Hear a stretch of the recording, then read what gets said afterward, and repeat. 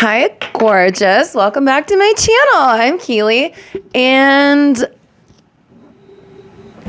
it is icy as shit outside. We are supposed to get a bunch of snow tomorrow, so hopefully we don't lose power. Oh my God. My Catholicism is starting to come back just because I'm like, please God, don't let me lose power because it's too cold. I don't like being cold. You guys know this. So yeah, we'll see. I think we're supposed to get like 8 inches of snow. So also in one of my recent videos, I pissed off a bunch of Hassan groupies.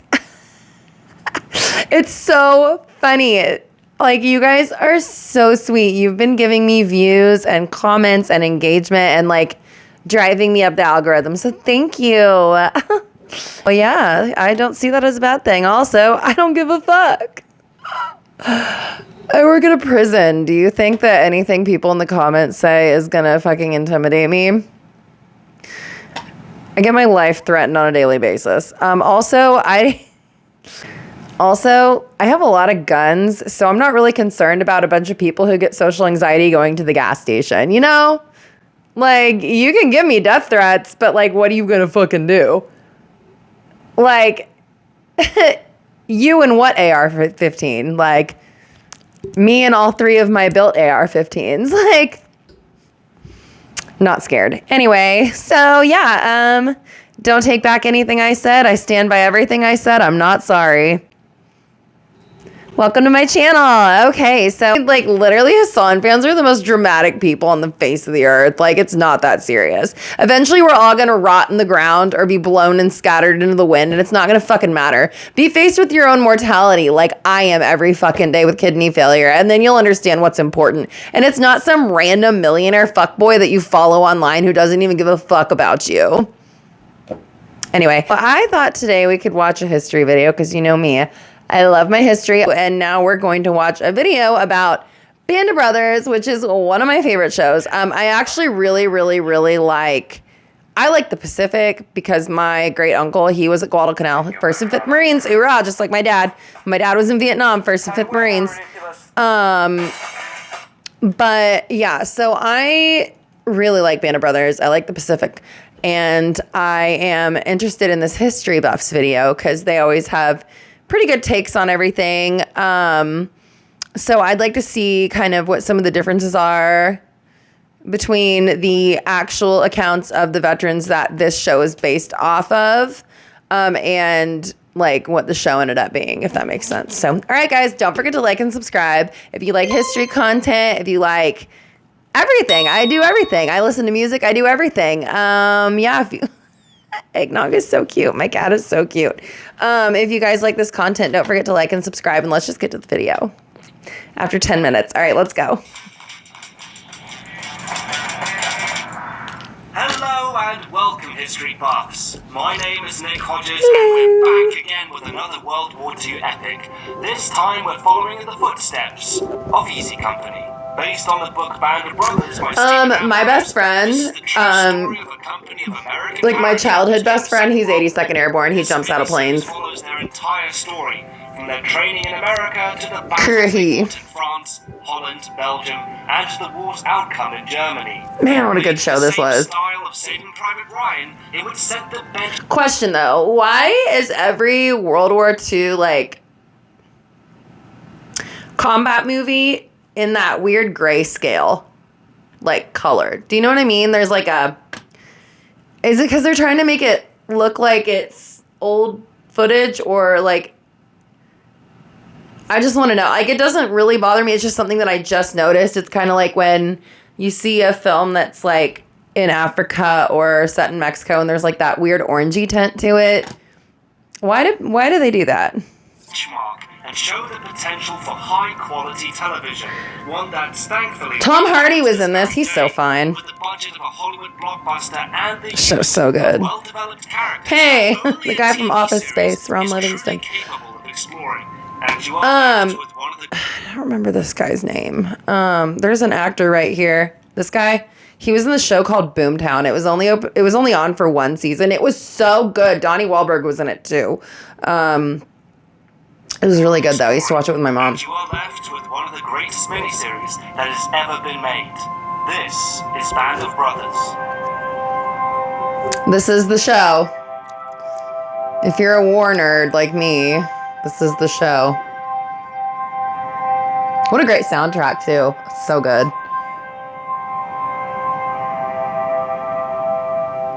When you think of paratroopers today, your mind generally affiliates them with the Second World War. But the concept... I think of my friend Alex. Hey, Al. The end of the first. Many nations played around with the idea of it as a way to overcome... My grandpa was in Sherman tanks in World War II and liberated Dachau concentration camp. Which is also why it's funny someone compared me to Jenny Wanda Bergman. The concept was equally shared amongst the Americans. In the final weeks of World War I, Brigadier General Billy Mitchell actually planned to execute it. As head of the U.S. Army Air Service, he had the firm belief that air power would play the dominating role in the wars to come. He was right. And now it's drones. Brereton proposed an idea to drop soldiers from the 1st Infantry Division into the German-occupied city of Metz. They would fly over the front lines on Handley Page bombers, slide off the Infantry Division into the I just recently found out where my daughter's dad's like German side of his family are from, but they're from Mecklenburg. So northern Germany, which we always thought it was. I always assumed they were from Bavaria because her traditional, my daughter's traditional German dirndl, I thought was Bavarian. But anyway, just trying to see where this all is. My dad made maps, so it's pretty interesting to me. Look at those planes. Once they landed safely, they would then attack the Germans from the rear. I have such a bad headache, you guys. This would have been the first airborne assault in history. The operation was planned for February 1919, but was shelved World War I is kind of my other thing. And the end of the war. And so the first large-scale military airborne drop would not be achieved by the Americans. The honor would instead go over to the Soviet Union. By 1930, they fought hard in the Second World War. First World War, they backed out because they were having a revolution. Obviously, during peacetime, the world took notice, and within just a few years, many nations created their own airborne troops, such as Japan, Italy, and of course, Germany. Hitler was particularly interested in what the Soviets had. Germany built up their military like both wars. They built their military up like crazy. It's that German efficiency, like seriously. Like, they were so efficient at everything. It's crazy. It's insane how fast things developed in this time period. Achieved, and was keen to adapt airborne forces into the German war machine, looking for anything that would give him an edge. Now, today, airborne drops are a tried and true tactic. Hell yeah. But back then, it was really Get some stuff. And the world got its first taste of it when in April 1940, Germany invaded Denmark and Norway. In the opening hours, the attack... I found out my daughter has a little bit of Danish in her too from her dad's side. Captured strategic airfields and bridges. Although their landings were unopposed in Denmark, they did come under fire in Norway, but were highly successful. For the first time in history, concept and theory of airborne troops became a combat-proven reality, and demonstrated their tactical necessity on the battlefield. But the function... Speaking of German planes, her dad has I don't know where... I need to ask him again. I don't think he even knows who this is. He has this black and white, like, photo, the original photo from World War II, and there's a big German plane with a big iron cross on the side, and then there's an... It looks like maybe SS. He had a black coat with a high collar, and it looked like an SS officer's cap. I couldn't... It's really hard to see. Like, he's very clearly very blonde, tall, and has a black winter, like, uniform on that's very clearly a German. I don't know necessarily if it's SS. It's hard to tell because... I guess it could have been Luftwaffe. I don't know. I'll have to look at it again. But I don't know who this guy is. But I'm like, I told her dad, I was like, you know that this picture, you need to take this to a museum and see if you can find anything out about this. Because, like, who is that? Why do you have it? I think he found it at like a thrift store, if I remember right, because we had this really big like thrift like antique store downtown, and it was owned by a Marine. But a lot of like I got a World War II era Air Force uniform, and I have an Eastern Soviet bloc. It's like a Eastern German police coat. It has Polizei on the side of it. It has like the gun pocket, and it's really cool. I like to collect old military uniforms, but so a lot of like veterans would bring their things and to sell at this antique store, and I think that's where he got it. I don't remember, but yeah, I want to know who that is, because I should just see if he can send me a picture of it, and maybe I can ask you guys. Maybe you guys can help me figure out what kind of plane is it, a Messerschmitt? Like, what is it? Like, I need to know who this person is. Like, I don't know. Why is it? It's crazy. It's crazy. Were truly tested with the invasion of the British-held island of Crete. They would represent the bulk of German forces that would be deployed. By the 20th of May 1941, it was the largest airborne assault ever carried out. Just like in previous operations, no, I would not jump out of a plane. Would be to take a vital airfield. In the first wave of the attack, the Fallschirmjäger were outnumbered 9-1 and were faced by a well-defended enemy. Unlike their early successes in 1940, they didn't have the element of surprise, and the British and their allies would be waiting for them.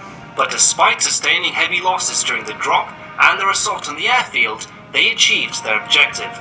The German Air Force was now able to bring in supplies and reinforce the Fallschirmjäger with a mountain division. The next day, a convoy of German and Italian warships attempted to land on the island with further reinforcements.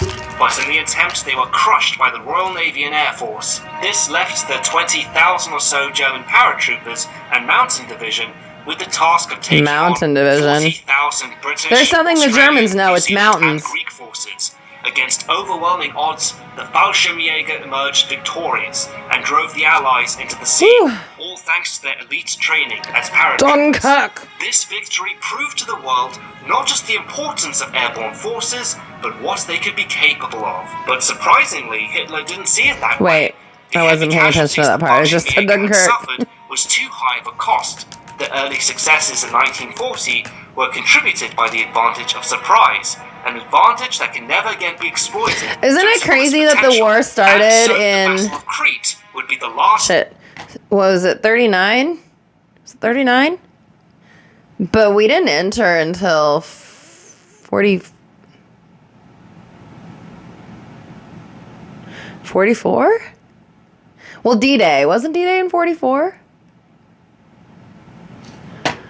Man, it is... What time is it? It is too late for me to be thinking. Time the Germans ever carried out major airborne operations. The role of their paratroopers would instead be used as basic infantry. But despite the reservations from German command, America was extremely impressed by the superb performance of their paratroopers in Crete and earlier operations. Crete. Now, right around this time, America was just beginning to assemble its own airborne forces and was eager to rise and overtake Germany's high standards.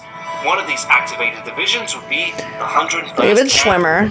It would only accept volunteers and put its recruits through a tough and rigorous training program. Colonel Winters! A program designed to weed out unfit recruits. I don't remember the actor's name. Soldiers both mentally and physically to carry out dangerous objectives. Ones that would take place deep behind enemy lines with little support and to be completely surrounded. The recruits who passed training would be of a different breed to the average soldier and were treated as such.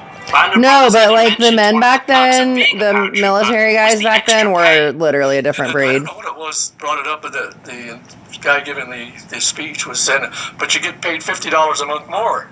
So that made it $100. Now, what Band of Brothers doesn't mention is why they would be paid $50 a month. What is that today? And the reason is actually pretty grim. Of course, I didn't realize at that time. And I did realize later Dick Winters. that $100 a month jump pay was blood money. I'll find that out later. This blood money was offered because the army knew what their paratroopers were in for. In fact, they were expecting it. Because the thing is that, unfortunately, like with all paratroopers, their successful performances in the field walk hand in hand with their own mortality. The high loss of life that was considered too high by the Germans was an acceptable cost to the Americans. Now, that doesn't mean that they were intentionally sending these brave men to their deaths.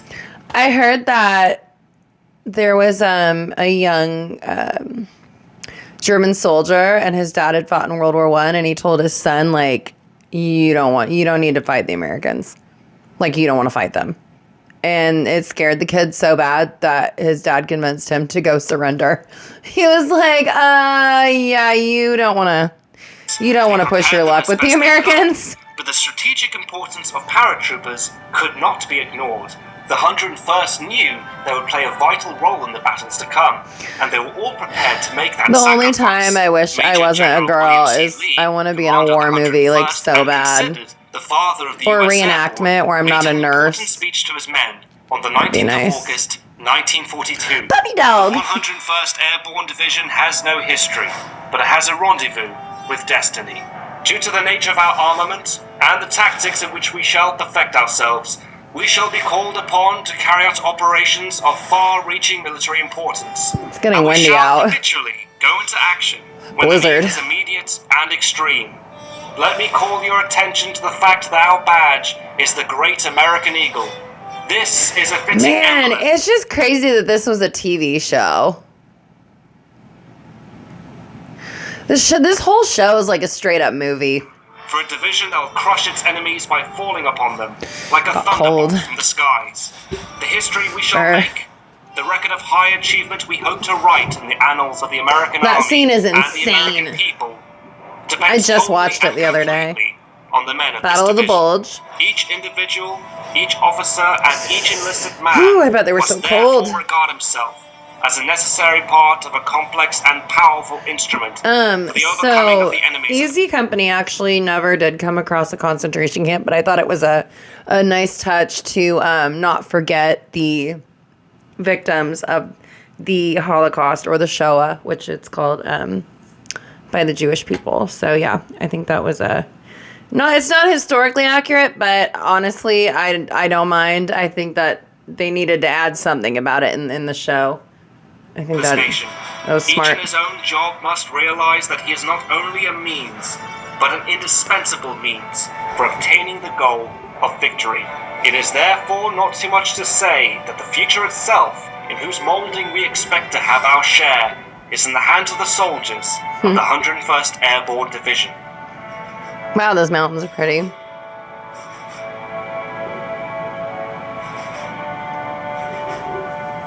Oh, here we go.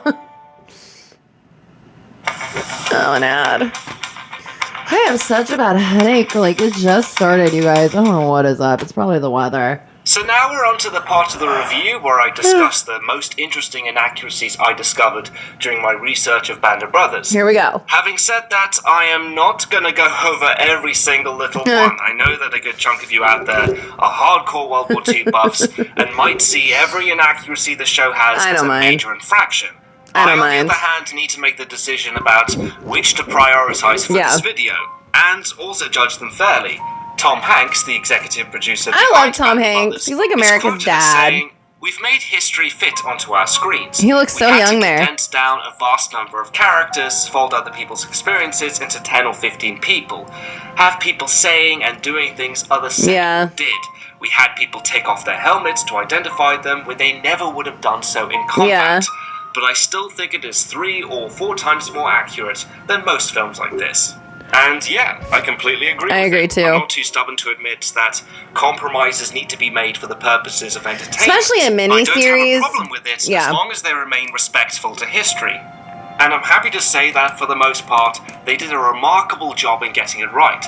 But as with every film or TV series adapted from historical events, there are inaccuracies, and in the case of Band of Brothers, When I was in high school, my friend and I wanted to make a war movie, and we asked my dad how to build a foxhole, and he got so mad at me. He's like, dig a goddamn hole in the ground. Don't ask me that again. And then he didn't talk to me like the rest of the day. I was like, oh no, I told you we shouldn't ask my daddy. He's got like really bad PTSD from Vietnam. Like, I think we should have just like, and I guess like I don't even think Google was like a big thing yet. This was like 2003 or something. Yeah. He's like, dig a goddamn hole. Don't ask me again. was like, I guess that's true. Put some sandbags around it. There's Okay. going to be some that will really surprise Sorry, Papa. So I'm going to I begin miss my dad. but as I keep progressing, they're going to become, well, R.I.P. Papa. You'll see what I mean. So let's begin with that scene from episode 3 when Private Blythe stumbles upon the corpse of a Fallschirmjäger. That guy was weird. After realizing that the German paratrooper is dead, Blythe spots a flower on his uniform called an Edelweiss. Edelweiss, yeah, I knew about explains this. its symbolic importance. The mountains. That's Edelweiss. That only grows in the Alps above the tree line, which means he climbed up there to get it. It's supposed to be the mark of a true soldier. Okay, so what Nixon said there is mostly true. The Edelweiss does only grow in the Alps and the Carpathian Mountains, Oh, and it so is supposed beautiful. to represent the mark of a true soldier. I'm not gonna lie, I was a little disappointed when I found out my daughter's dad's side wasn't from Bavaria. I was like, oh. The mountains are so pretty down there, but I guess they have beautiful beaches up north, so. Yeah, What's a I was a little paratrooper? bummed though. I was like, Since the I First thought you World guys were War, like the from the Edelweiss mountains. was used as a symbol by elite German and Austrian mountain troops called Gebirgsjägers, which actually makes a lot more sense since they're the ones training and fighting in the mountains where they grow. But instead of wearing the actual flower itself, it was worn as a badge on their uniform. And the idea of it representing the mark of a true soldier may have its origins in the 1861 novel Edelweiss by Berthold Orbach. In one passage, he describes the difficulties of getting an Edelweiss as the possession of one is a proof of unusual daring. The white flower also represented the purity of the Alps and its inhabitants, Interesting. and it was a statement of German and Austrian patriotism. Germany did have really good as seen uniforms. here in The Sound of Music.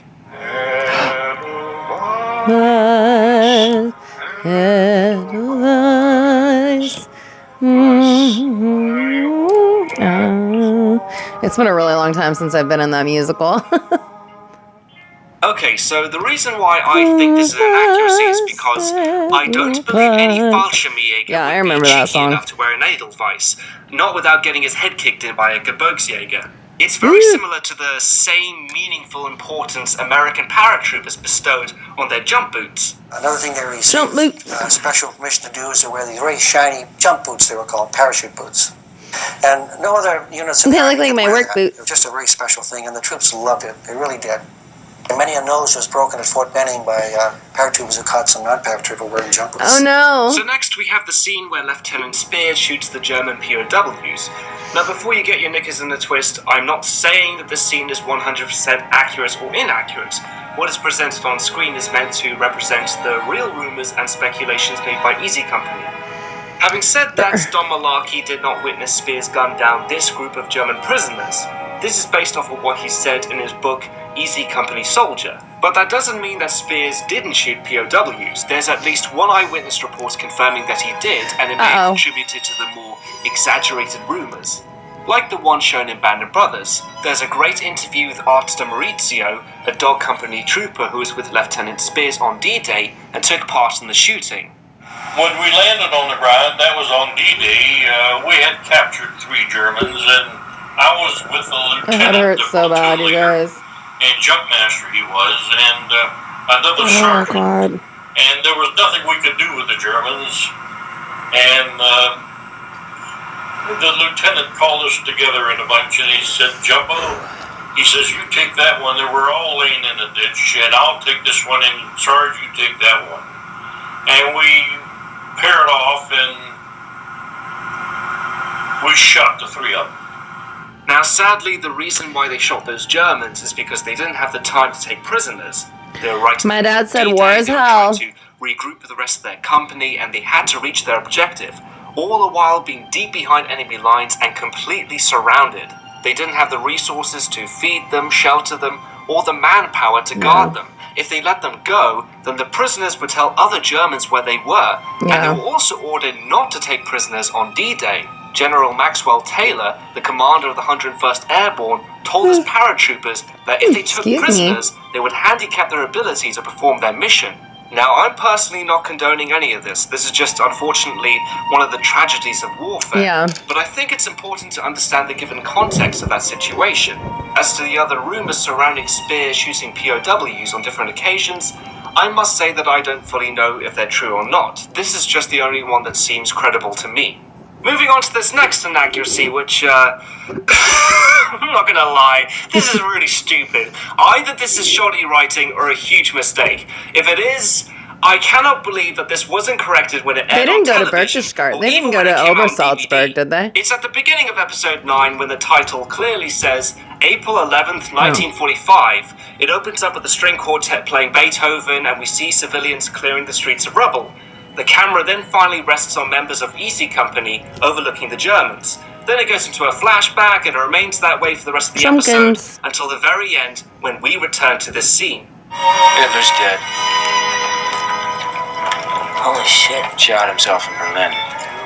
Huh? No, dude, he hasn't. This is April 11th, and Hitler didn't shoot himself until after his April birthday. 30th. So, unless they remain frozen in that spot for over 2 weeks, remember that what he scene just said in is Der Untergang and Downfall? Like, this literally is, like, straight up. Man, Downfall is such a good movie. It's so freaking good.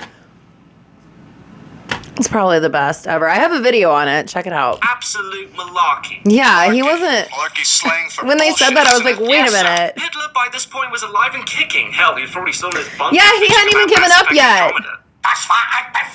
There it is. There's Downfall.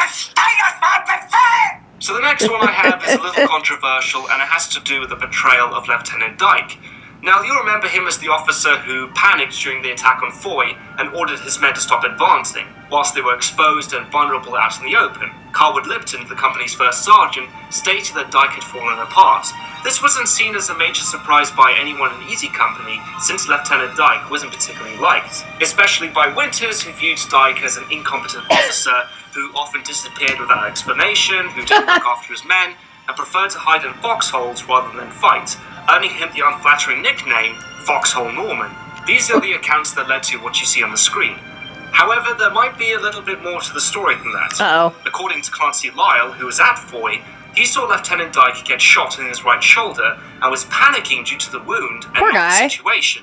Shortly afterwards, he was brought to the rear by a medic and relieved of command by Spears.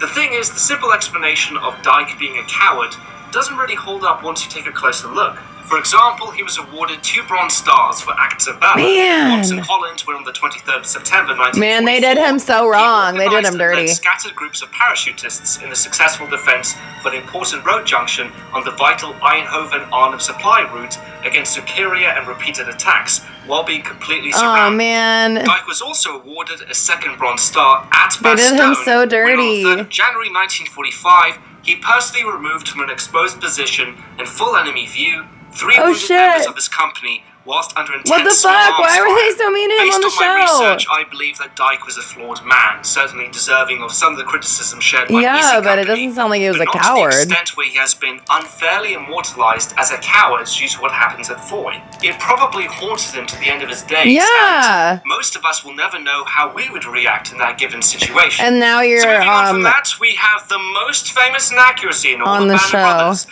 No, seriously, it's very impressive. In fact, it's, Yeah, he didn't it's a bit actually of a die. showstopper. It's going to make you go, oh, when you hear Oh, about look it. at German It all has to do with Shepherd. the character of Albert Fluffy. Blithe. He serves as the central protagonist in episode 3, and the bulk of it is dedicated just for him. So That's there's a weird no question episode. about the importance of getting him right. Now, just like many of the other characters in the show, he is based on a real soldier, and many of the things he goes through in Band of Brothers actually happened. Except I might need for that candle one if we lose tiny power. detail. You see, at the very end of the episode, Blythe gets shot in the neck, and he ends up in a military hospital. And then the credits appear, stating that Albert Blythe never recovered from the wounds he received in Normandy. He died in 1948. Except he didn't. He recovered from his wounds and died in 1967. Damn!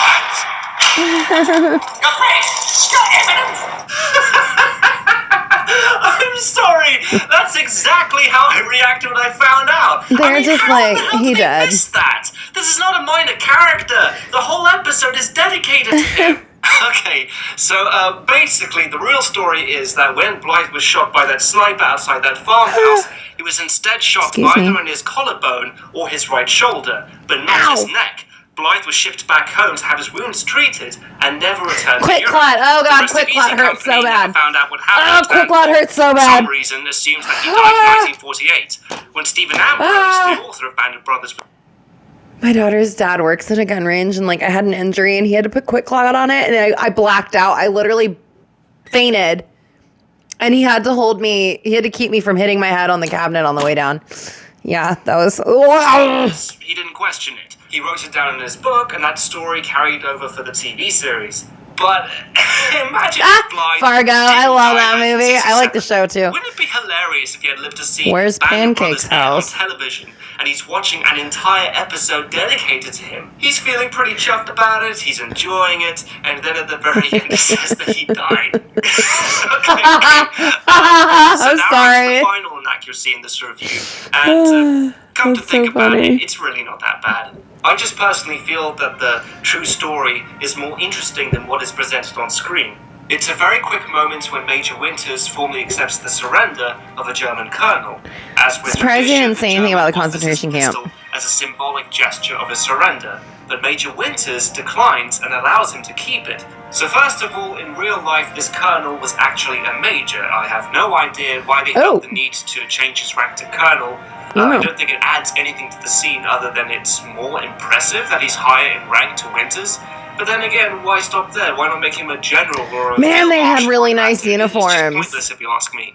Secondly, They Major did that. Winters That was a accepted propaganda the thing. pistol That from was the smart major of them. and kept it all the way up until he died. And the story behind the pistol and what it meant to Winters is very moving, and I felt that they missed a great opportunity to include it. I was assigned this major, and when he walked in, he presented me this pistol Wow. and offered his personal surrender, which naturally I accepted gratefully. So that would be the end of the war for his men, and this is basically the end of the war for my men. And the significance is that it wasn't until later, when he had given me this pistol and I had a chance to look at it carefully, that I realized this pistol had never been fired. There was no blood on it. That's the way all wars should end, with an agreement with no blood on it. And I assure you, I this agree. pistol has never been fired since I've had it, and it will not be fired. So that concludes everything I wanted to say. I hope you enjoyed this episode, and please don't take this video to mean that I didn't enjoy Band of Brothers. Who doesn't I like think that Band of this is one of Brothers? the greatest Second World War adaptations Literally, ever it's made. so good. The benefits of it being made as a miniseries allows us to follow this company of soldiers all the way from training right up until VE Day. The time constraint of a feature film is no longer an issue, allowing the audience to spend more time with each of these well-crafted characters. So when some of these characters do lose their lives, the losses have a much greater impact, and we can gain a small glimpse of what it must have been like for these brave men and the sacrifices they had to make day by day, week by week, and month by month. The successes of Band of Brothers far outweigh any of the inaccuracies I've mentioned, and I'm sure that the vast majority of you agree with me. Well, that about wraps it up. My name is Nick Hodges, and thanks for watching History Buffs. And remember, if you like the show, help the channel grow. If you wish... I love Band of Brothers. It's so good. We need like a Vietnam miniseries. Like, where are the Vietnam War miniseries at? HBO, come on. There's like the Vietnam vets are dying. Like, we need to get their stories out there, you know? We need to get the Vietnam vets, like, we need to get, I fucking wish. I have, you know, my dad's stories that he told me about why he, you know, like when he would go down into the tunnels, when he shot a tiger in elephant grass, he thought it was the enemy, and they told him to open fire, and he said, I'll be a sitting duck. They said, open fire, Marine, that's a direct order. And there was a huge tiger about to pounce on him. I mean, my dad had some, like the rock apes, which I found out now, they don't even know if those are real. What? Like, there were so many Marines who have like the same word for word like stories about these rock apes that my dad told me my whole life growing up. It's crazy. But yeah, so we just like, we need to like get all of these veterans' stories on record, because it's just really important. Like, and especially World War II. We're about to lose all of our World War II veterans, you know. What, most of them are in their 90s now? They were a different breed. All right, guys. Well, thanks for watching my video. I hope you enjoyed this little history lesson. Let me know what you want to see me react to next, and I will catch you in the next video. I'm hopefully going to live through this storm. Okay, love you. Bye.